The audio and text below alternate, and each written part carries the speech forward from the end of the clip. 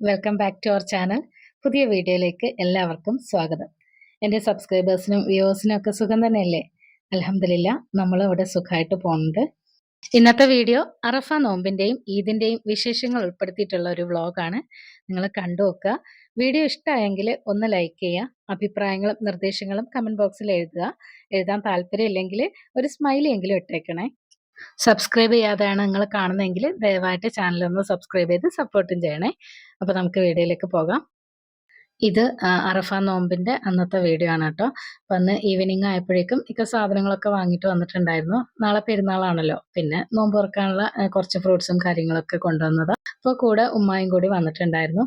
ഉമ്മ ഒരുപാട് ദിവസമായിട്ടോ ഇങ്ങോട്ട് വന്നിട്ട്, അപ്പം അങ്ങനെ വന്നതാണ്. അപ്പോൾ ഇതാ നോമ്പ് തുറക്കാനുള്ള ജ്യൂസൊക്കെ മോള് റെഡിയാക്കുകയാണ്.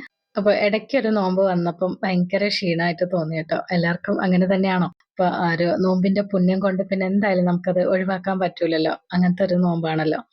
അപ്പോൾ ഞാൻ ആ ഒരു ഒക്കെ കൊണ്ടുവന്ന പച്ചക്കറിയൊക്കെ ഫ്രിഡ്ജിലേക്ക് മാറ്റുകയാണ്. അപ്പോൾ ഇത് നാളത്തേക്കുള്ള ബിരിയാണിയൊക്കെ റെഡിയാക്കാനുള്ള തക്കാളിയും ഉള്ളിയും പച്ചമുളകും ഒക്കെയാണ് കേട്ടോ. പിന്നെ ഇതാ നല്ല മട്ടൻ കിട്ടിയിട്ടുണ്ട്. അപ്പോൾ മട്ടൻ പെരട്ടോ അല്ലെങ്കിൽ കറിയോ എന്തെങ്കിലും റെഡിയാക്കണം. എന്നിട്ട് പത്തിരിയും കൂടി റെഡിയാക്കാനാണ് കേട്ടോ പ്ലാൻ. അപ്പോൾ ഇനിയിപ്പോൾ നോമ്പ് തുറക്കാനുള്ള നേരം ആയിക്കൊണ്ട് വരികയാണ്. ഞാൻ വേഗം ഈ ഒരു മട്ടൻ ഒന്ന് കഴുകി റെഡിയാക്കി എടുക്കട്ടെ. അപ്പോൾ എൻ്റെ വ്യൂവേഴ്സിനൊക്കെ ഞാൻ ആദ്യം തന്നെ ഈദ് മുബാറക്ക് പറയട്ടെ. ഒരല്പം വീഡിയോ വൈകി പോയിട്ടുണ്ട്, എല്ലാവരും ക്ഷമിക്കണേ. പെരുന്നാൾ കഴിഞ്ഞ് അതിൻ്റെ പിറ്റേന്ന് തന്നെ ഇവിടെ ട്രിവാൻഡ്രത്ത് നല്ല മഴയായിരുന്നു കേട്ടോ. അപ്പോൾ പിന്നെ അലക്കലും മക്കളുടെ യൂണിഫോം ഉണക്കിയെടുക്കലും അങ്ങനത്തെയൊക്കെ ഭയങ്കര ടാസ്ക് ആയിരുന്നു കേട്ടോ. അതാണ് ബിസി ആയി പോയത്. അപ്പോൾ പിന്നെ വീഡിയോ എഡിറ്റ് ചെയ്യാനും കട്ട് ചെയ്യാനും ഒന്നും ടൈം കിട്ടിയിട്ടുണ്ടായിരുന്നില്ല. അതാണ് കേട്ടോ വീഡിയോ ലേറ്റ് ആയത്.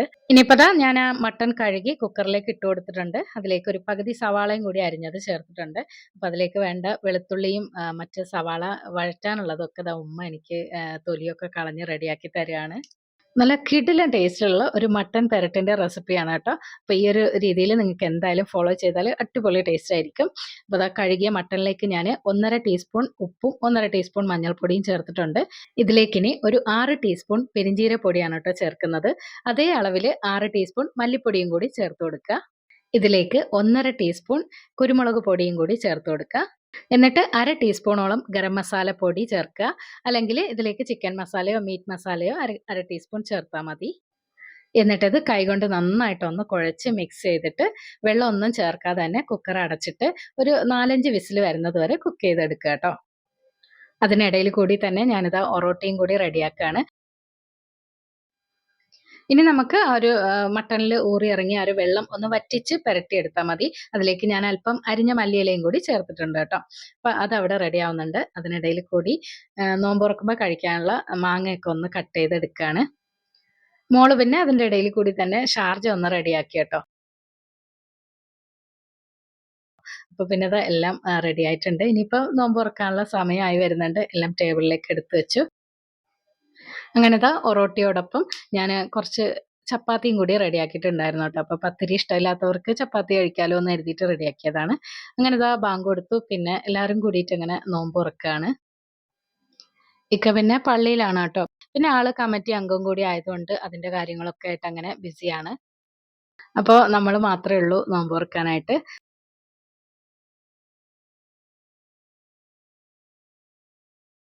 മോളുണ്ടാക്കിയ ഷാർജയൊക്കെ അടിപൊളിയായിട്ടുണ്ട് കേട്ടോ. അപ്പോൾ അതൊക്കെ കുടിച്ചു. അങ്ങനെ ചെറുതായിട്ട് ഫുഡൊക്കെ കഴിച്ചിട്ട് നമ്മളിതാ നിസ്കരിക്കാൻ വേണ്ടിയിട്ട് പോയി. അങ്ങനെ നിസ്കാരമൊക്കെ കഴിഞ്ഞതിന് ശേഷം ഉമ്മ തിരിച്ച് വീട്ടിലേക്ക് പോയി കേട്ടോ. അപ്പോൾ പെരുന്നാളിൻ്റെ ഡ്രസ്സൊക്കെ ഞാനൊന്ന് കാണിച്ചു തരാം. അപ്പോൾ ഇത് മോളുടെ ഡ്രസ്സാണ് കേട്ടോ. ഇതിങ്ങനെ കയ്യിലും പിന്നെ ഇതുപോലെ ചെസ്റ്റിൻ്റെ ഭാഗത്തൊക്കെ ചെറിയ വർക്കൊക്കെ വരുന്നുണ്ട്. പിന്നെ അതിൻ്റെ കൂടെ ഈ ഒരു പലാസോ പാൻ്റാണ് കേട്ടോ അവൾ സെലക്ട് ചെയ്തത്. ടോപ്പും പാൻറ്റും സെപ്പറേറ്റ് ആണ് കേട്ടോ ഉണ്ടായിരുന്നത്. അപ്പോൾ ആ ഒരു പാൻറ്റിൻ്റെ സൈഡിലും അതുപോലെ ഒരു സീക്വൻസ് വർക്കൊക്കെ വരുന്നുണ്ട്. പിന്നെ ഈ ഒരു ഗോൾഡൻ സൈഡിൽ വർക്ക് വരുന്ന ഒരു ഷോളാണ് കേട്ടോ നമ്മളെടുത്തത്. ടോപ്പ് വന്നിട്ട് ഒരു ലൈറ്റ് ബ്ലൂ കളറാണ്. അപ്പോൾ പാൻസ് ആണെങ്കിൽ വൈറ്റ് ആണ്. അപ്പോൾ അതുകൊണ്ട് തന്നെ ഷോളും വൈറ്റ് ഷെയ്ഡിൽ അങ്ങനെ എടുത്തു. ഇനിയിപ്പോൾ ഇതാണ് എനിക്കെടുത്ത ടോപ്പ്. അപ്പോൾ ഇതിൻ്റെ നെക്ക് ഒരു വി ഷേപ്പിൽ വന്നിട്ട് അതിൽ ചെറിയ വർക്കൊക്കെ ഉണ്ട്.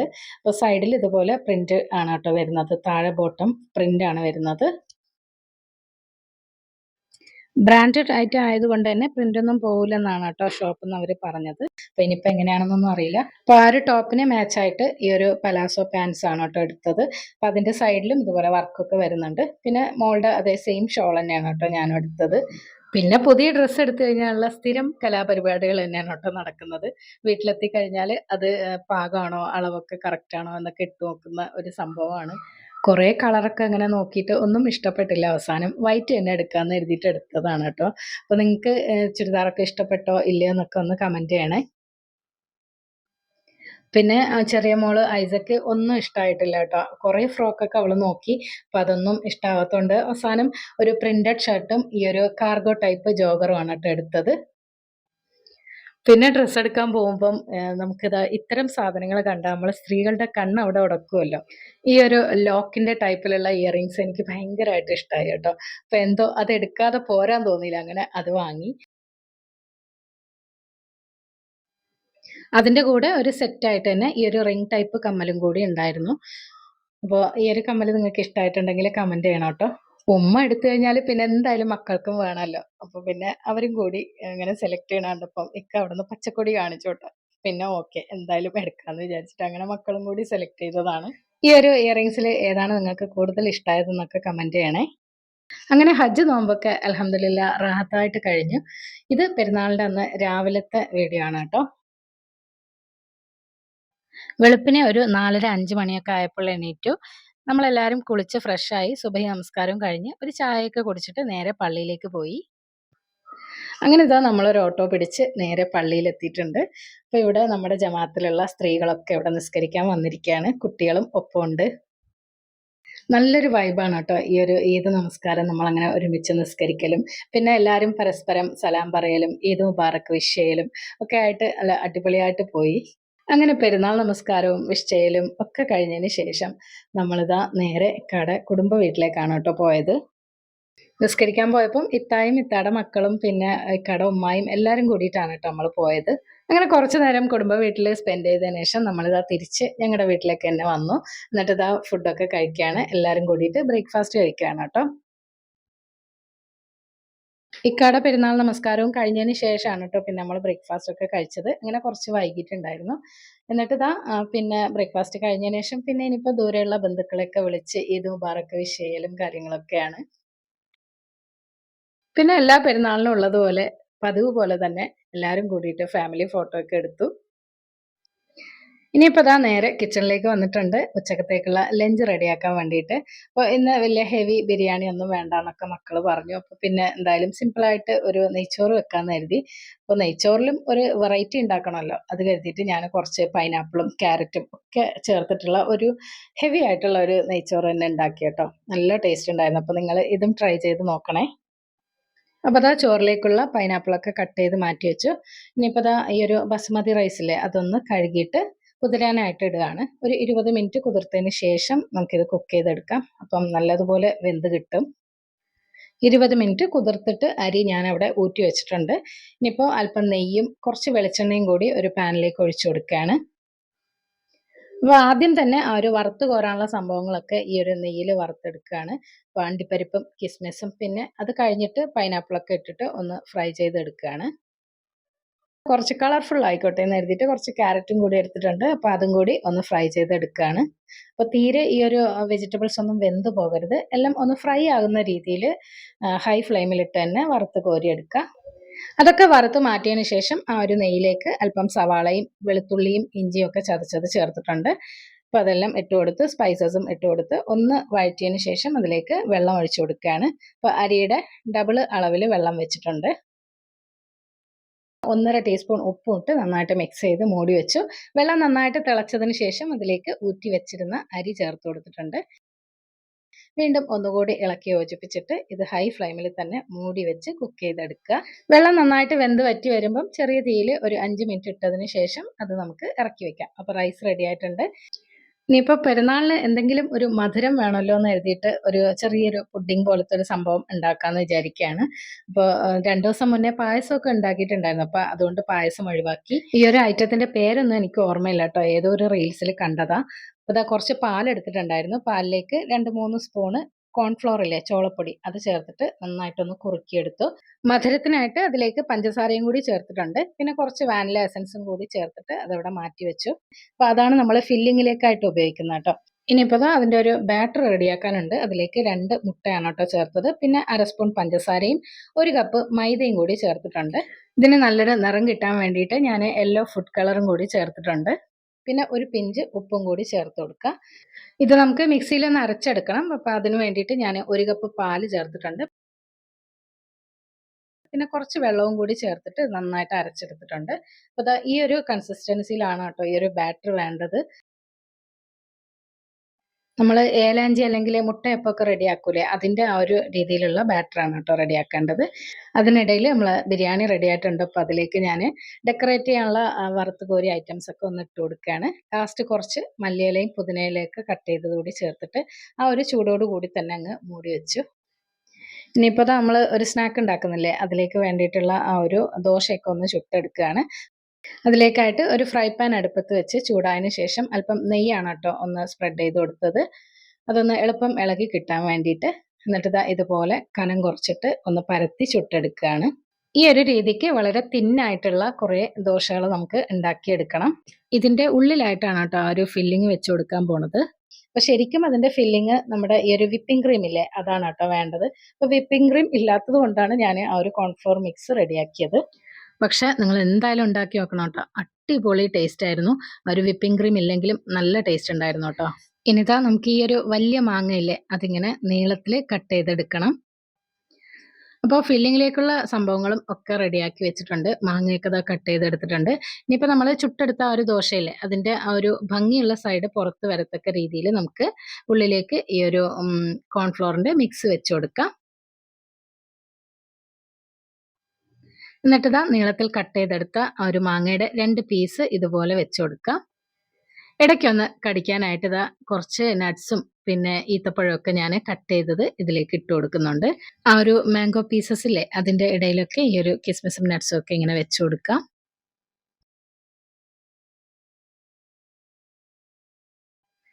എന്നിട്ട് വീഡിയോയിൽ കാണുന്ന പോലെ ഇതുപോലെ ഒന്ന് ഫോൾഡ് ചെയ്ത് കൊടുക്കുക. 2 സൈഡും ഇങ്ങനെ ഒന്ന് മടക്കി ലോക്ക് ചെയ്തിട്ട് ആ ഒരു മാങ്ങയുടെ പീസ് പുറത്തേക്ക് വരാത്ത രീതിയിൽ ഇങ്ങനെ ഒന്ന് ചുറ്റിച്ചു കൊടുക്കുക. അപ്പോൾ ഇടയ്ക്ക് ഈത്തപ്പഴത്തിൻ്റെ തോലാണ് കേട്ടോ അവിടെ ഇങ്ങനെ പറ്റിയിരുന്നത്, അത് ഞാൻ എടുത്ത് കളഞ്ഞതാ. എന്നിട്ട് ഇതുപോലെ ഒന്ന് ചുരുട്ടിയെടുക്കുക. ഇനിയിപ്പോൾ എല്ലാ ദോശയും ഇതുപോലെ ഫില്ലിങ് വെച്ചിട്ട് നേരത്തെ ഞാൻ കാണിച്ചില്ലേ ആ ഒരു രീതിയിൽ ഫോൾഡ് ചെയ്തെടുക്കുക. അപ്പോൾ ഇത്രയേ ഉള്ളൂ സംഭവം. നല്ല അടിപൊളി ടേസ്റ്റാണ് കേട്ടോ. ഞാൻ വെറുതെ പറയല്ല, നിങ്ങൾ എന്തായാലും ഒന്ന് ട്രൈ ചെയ്തിട്ട് കഴിച്ച് നോക്കൂ കേട്ടോ. നല്ല ടേസ്റ്റാണ്. ഒരു പുഡിങ്ങിൻ്റെ ഒക്കെ ഒരു ടേസ്റ്റാണ്. അപ്പോൾ ഇതുപോലെ ഞാൻ എല്ലാം ഫോൾഡ് ചെയ്ത് എടുത്തിട്ടുണ്ട്.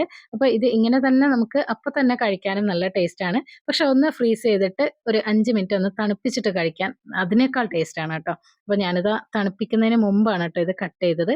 അപ്പോൾ നല്ല സോഫ്റ്റ് ആയിരുന്നു. തണുപ്പിച്ച് കഴിയുമ്പം ചെറുതായിട്ടൊന്ന് ഹാർഡാവും, പക്ഷെ നമുക്ക് കഴിക്കാൻ നല്ല രസമാണ് കേട്ടോ. തണുത്ത് കഴിഞ്ഞാലാണ് കുറേ കൂടി കഴിക്കാൻ ടേസ്റ്റ് ഉള്ളത്. അപ്പോൾ ആ ഒരു മാങ്ങയും ആ ഒരു ഉള്ളിലുള്ള ക്രീമും ഒക്കെ ആയിട്ട് നല്ല ടേസ്റ്റാണ് കഴിക്കാൻ.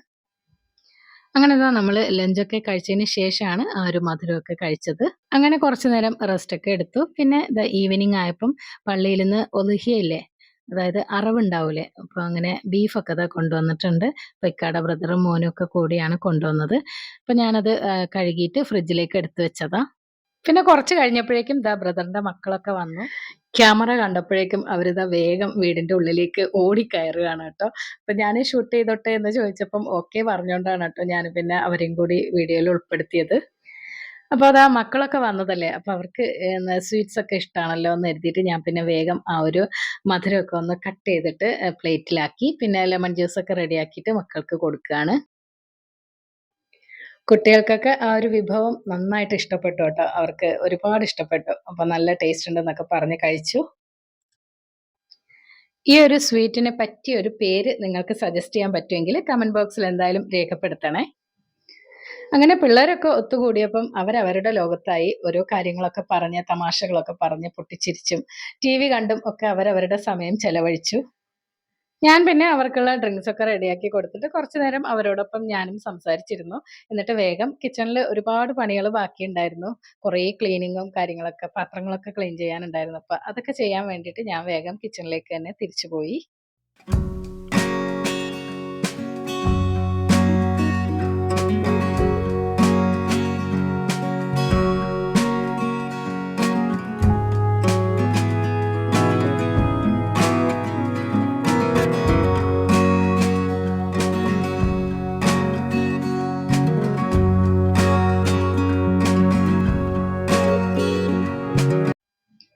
മക്കളങ്ങനെ ഒരു സിനിമയൊക്കെ കണ്ട് അത് തീരാറായപ്പോഴാണ് പിന്നെ ഇക്ക ഉച്ചക്കത്തെ ലഞ്ച് കഴിക്കാൻ വന്നത് കേട്ടോ. ഉച്ചക്കത്തെ ലഞ്ച് ആള് പിന്നെ വൈകുന്നേരമാണ് കേട്ടോ കഴിച്ചത്. പള്ളിയില് ഉദ്ഹിയയുടെ കാര്യങ്ങളൊക്കെ ആയിട്ട് അങ്ങനെ ആള് നല്ല ബിസി ആയിരുന്നു. അപ്പൊ ദാ ഇക്ക ചോറ് കഴിക്കുന്ന ആ ഒരു സമയത്ത് ഞാൻ പിന്നെ മക്കൾക്ക് ചായയൊക്കെ റെഡിയാക്കി കൊടുത്തു.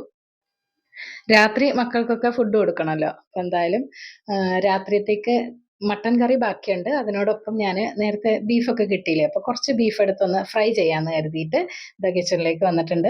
അപ്പൊ ബീഫൊക്കെ ഒന്ന് കട്ട് ചെയ്തെടുക്കുകയാണ്. നമുക്ക് പള്ളിയിൽ നിന്ന് കിട്ടുന്നത് കൊണ്ട് തന്നെ ഇത് വലിയ പീസായിട്ടുണ്ടാവും. അപ്പൊ അതൊക്കെ ഞാൻ കുഞ്ഞു കുഞ്ഞു പീസായിട്ടൊന്ന് കട്ട് ചെയ്തിട്ട് ഇത് കഴുകി വൃത്തിയാക്കി ഊറ്റി വെച്ചിട്ടുണ്ട്. ബീഫ് ഫ്രൈ ഒക്കെ എല്ലാവർക്കും ഉണ്ടാക്കാൻ അറിയായിരിക്കും, എങ്കിലും ഞാൻ ഉണ്ടാക്കുന്ന രീതി ഒന്ന് കാണിച്ചു തരാം. അപ്പോൾ കുറച്ച് കുഞ്ഞുള്ളി, വെളുത്തുള്ളി, പച്ചമുളക്, ഒരു കഷ്ണം ഇഞ്ചി, പിന്നെ നാരങ്ങാനീര്, ഇത്രയും കൂടി മിക്സിയിലിട്ടിട്ട് നന്നായിട്ടൊന്ന് അരച്ചെടുക്കുക. ഇതിലേക്ക് ഒരു 1.5 ടീസ്പൂൺ ഉപ്പും കൂടി ചേർത്തിട്ടുണ്ട് കേട്ടോ. കുറച്ചധികം ബീഫ് എടുത്തിട്ടുണ്ട് കേട്ടോ, അതുകൊണ്ടാണ് ഞാൻ ഉപ്പ് 1.5 ടീസ്പൂണൊക്കെ ചേർത്തത്. നിങ്ങൾ അതിൻ്റെ പാകത്തിനൊക്കെ ചേർത്ത് കൊടുക്കുക. ഇതിലേക്ക് ഒരു 1.25 ടീസ്പൂണോളം മഞ്ഞൾപ്പൊടി ചേർക്കാം. എന്നിട്ട് ഒരു 5 ടീസ്പൂൺ പെരിഞ്ജീരകം പൊടിച്ചതാണ് കേട്ടോ ചേർത്ത് കൊടുത്തത്. ഇനി ഇതിലേക്ക് ഒരു 1.5 ടീസ്പൂൺ മല്ലിപ്പൊടിയും കൂടി ചേർത്ത് കൊടുക്കാം. ഇനി ഒരു 3 ടീസ്പൂൺ കാശ്മീരി റെഡ് ചില്ലിയാണ് കേട്ടോ ചേർത്തത്. പക്ഷേ ഈ ഒരു മുളക് നല്ല എരിവുണ്ട്, അതുകൊണ്ടാണ് കേട്ടോ 3 ടീസ്പൂൺ ചേർത്തത്. ഇനി ഒരു 1.25 ടീസ്പൂണോ അല്ലെങ്കിൽ 1 ടീസ്പൂണോ പെപ്പർ പൗഡറും കൂടി ചേർത്ത് കൊടുക്കാം. എന്നിട്ട് ഒരു 1/2 ടീസ്പൂൺ ഗരം മസാല പൊടിച്ചതാണ് കേട്ടോ ചേർത്തത്. ഇനി ഇതിലേക്ക് അല്പം വെളിച്ചെണ്ണയും കൂടി ചേർത്ത് കൊടുക്കാം. ഇനി ഇതിലേക്ക് ഒരു ചെറിയ തണ്ട് പുതിനയില ഒന്ന് ചതച്ചിട്ട് ചേർത്ത് കൊടുക്കാം. എന്നിട്ട് കുറച്ച് മല്ലിയില കൂടി അരിഞ്ഞത് ചേർക്കാം. മല്ലിയില കുറച്ച് അധികം തന്നെ ചേർക്കുന്നുണ്ട്. പുതിനയില വളരെ കുറച്ച് മതി കേട്ടോ, ചെറിയൊരു ഫ്ലേവറിന് വേണ്ടി മാത്രം. ഇനി ഒരു ടേബിൾ സ്പൂൺ തൈരും കൂടി ചേർത്തിട്ട് ഈ ഒരു മിക്സ് നല്ലതുപോലെ കുഴച്ചെടുക്കുക. അപ്പോൾ അതിനിടയിൽ തന്നെ ഞാനൊന്ന് കൗണ്ടർ ടോപ്പ് ഒന്ന് ക്ലീൻ ചെയ്തതാണ് കേട്ടോ. കുറച്ച് വെള്ളമൊക്കെ ആയിട്ടുണ്ട്, അപ്പോൾ അതൊക്കെ ഒന്ന് ഡ്രൈ ആക്കി ഇട്ടതാണ്. ഇതാണ് നമ്മുടെ ബീഫ് ഫ്രൈയിലേക്കുള്ള മസാല. അപ്പോൾ മസാല റെഡിയായി കഴിഞ്ഞു. ഇനിയിപ്പോൾ കഴുകി വൃത്തിയാക്കിയ ബീഫ് ഇതിലേക്ക് ചേർത്തിട്ട് നല്ലതുപോലെ ഒന്ന് മിക്സ് ചെയ്തെടുക്കാം.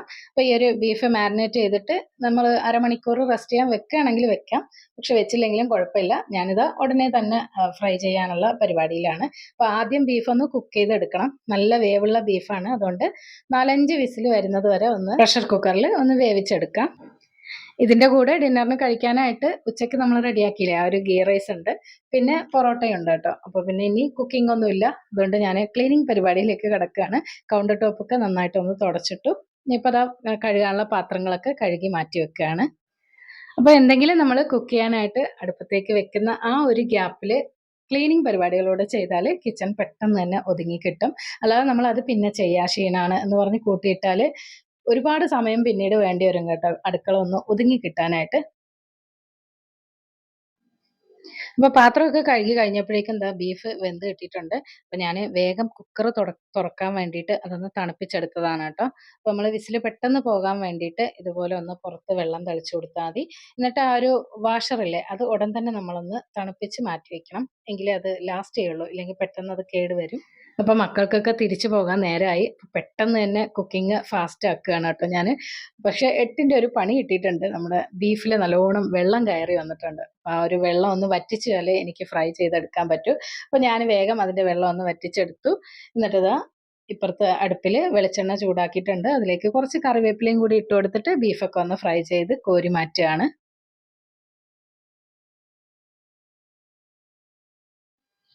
അങ്ങനെ ഒരു ബാച്ച് ഫ്രൈ ചെയ്ത് എടുത്തപ്പോൾ തന്നെ ഞാനിതാ മക്കൾക്ക് വേഗം ഫുഡ് കൊടുക്കുകയാണ്. അവർക്ക് പോകാൻ നേരമായി. അപ്പോൾ അങ്ങനെ അവരെല്ലാവരും കൂടി കഴിക്കുന്ന ആ ഒരു ഗ്യാപ്പിൽ ഞാൻ അടുത്ത ബാച്ചും കൂടി ഫ്രൈ ചെയ്യാനായിട്ട് ഇട്ടിട്ടുണ്ട്. അതിലും അല്പം കറിവേപ്പില കൂടി ഇട്ട് കൊടുത്തിട്ടുണ്ട്. അങ്ങനെ ഇതാ മക്കളെല്ലാം ഒരുമിച്ചിരുന്നതാ ഫുഡ് കഴിക്കുകയാണ്. അപ്പോഴാണ് മാങ്ങയുടെ കാര്യം ഓർത്തത്. ഫ്രിഡ്ജിൽ ഇരിപ്പുണ്ടായിരുന്നു. അപ്പോൾ പിന്നെ വേഗം അതും ഞാനൊന്ന് തൊലി കളഞ്ഞ് കട്ട് ചെയ്തതാ മക്കൾക്ക് കഴിക്കാനായിട്ട് വെച്ച് കൊടുത്തിട്ടുണ്ട്. അങ്ങനെ ഡിന്നറൊക്കെ കഴിച്ചതിന് ശേഷം മക്കളൊക്കെ ദാ യാത്ര പറഞ്ഞ് അവരവരുടെ വീട്ടിലേക്ക് പോവുകയാണ്. വലൈക്കും അസ്സലാം. ഈദ് മുബാറക്. പെരുന്നാൾ കഴിഞ്ഞാലും നമുക്ക് ലീവൊന്നും ഇല്ല. മക്കൾക്കൊക്കെ നാളെ സ്കൂളുണ്ട്. അപ്പം എല്ലാവരും വേഗം തിരിച്ച് വീടുകളിലേക്ക് പോവുകയാണ്. അപ്പോൾ അവരെ യാത്രയാക്കാൻ വേണ്ടി ഞാനും മോളും അവരെ അനുഗമിച്ചു. അങ്ങനെ ഇതാ അൽഹംദുലില്ലാ റാഹത്തായിട്ട് നമ്മൾ പെരുന്നാൾ ദിവസം അങ്ങനെ കഴിഞ്ഞു. ഇനിയിപ്പം യാത്രയും കാര്യങ്ങളൊന്നുമില്ല, മഴയാണ്. അപ്പോൾ എല്ലാവരും അങ്ങനെ വീട്ടിൽ തന്നെ പെരുന്നാളൊക്കെ ആഘോഷിച്ചു. അപ്പോൾ നിങ്ങളുടെയൊക്കെ പെരുന്നാൾ എങ്ങനെയായിരുന്നു? അതൊക്കെ ഒന്ന് കമന്റിലൂടെ പറയണേ. അങ്ങനെ അവരെ യാത്ര ആക്കിയപ്പോഴേക്കും ഇക്കാടെ ചെറിയ ബ്രദറും വൈഫും ഒക്കെ വീട്ടിലേക്ക് വന്നു. പിന്നെ ഇത്തായോടും അങ്ങനെ കുറെ നേരം സംസാരിച്ചൊക്കെ ഇരുന്നു. അപ്പൊ ഇതൊക്കെയാണ് നമ്മുടെ പെരുന്നാളിന്റെ വിശേഷങ്ങൾ. അപ്പൊ നിങ്ങൾക്ക് വീഡിയോ ഇഷ്ടമായിട്ടുണ്ടെങ്കിൽ ഒന്ന് ലൈക്ക് ചെയ്യുക, ഷെയർ ചെയ്യുക, സബ്സ്ക്രൈബും ചെയ്യുക. പുതിയൊരു വീഡിയോ ആയിട്ട് കാണുന്നത് വരയ്ക്കും stay tune, take care, by.